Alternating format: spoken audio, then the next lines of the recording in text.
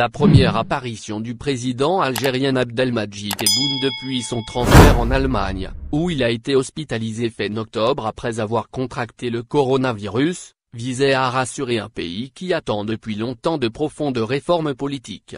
Mais dans les rues d'Alger, c'est une réaction d'impatience qui a accueilli un message vidéo de 5 minutes diffusé dimanche dernier dans lequel le président annonçait qu'il serait absent pendant 3 semaines supplémentaires.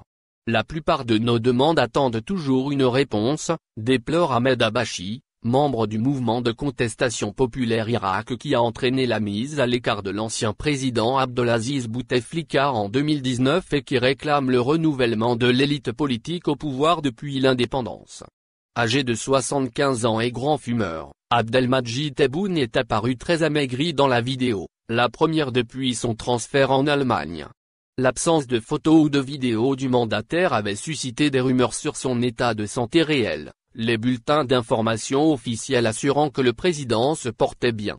L'absence d'Abdelmadjid Tebboune a ravivé les souvenirs de nombreux Algériens qui, face à la maladie d'Abdelaziz Bouteflika, ont passé de longues années sans gouvernail tandis que les factions rivales au sein de l'élite dirigeante se bousculaient pour imposer leur influence.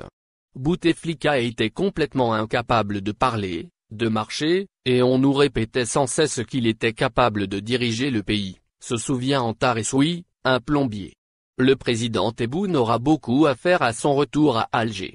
Face aux faiblesses structurelles qui menacent l'économie du pays, à la chute des revenus du pétrole et du gaz qui met à mal les dépenses sociales, le gouvernement entend mener un programme de réforme économique jugé nécessaire afin d'éviter une crise budgétaire, les réserves de devises étrangères s'étant épuisées de plus de moitié en 5 ans.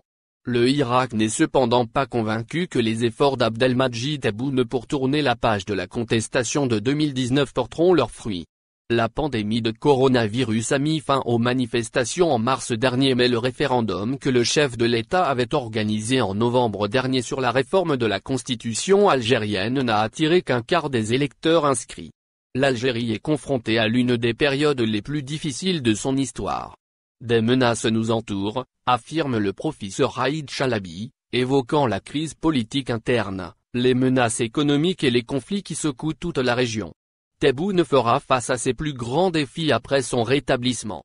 Tout indique que le chemin vers la stabilité est encore long, estime quant à lui Djamel Tebi, un ingénieur de 37 ans. N'oubliez pas de vous abonner à la chaîne et d'appuyer sur la cloche pour recevoir nos dernières actualités. Merci.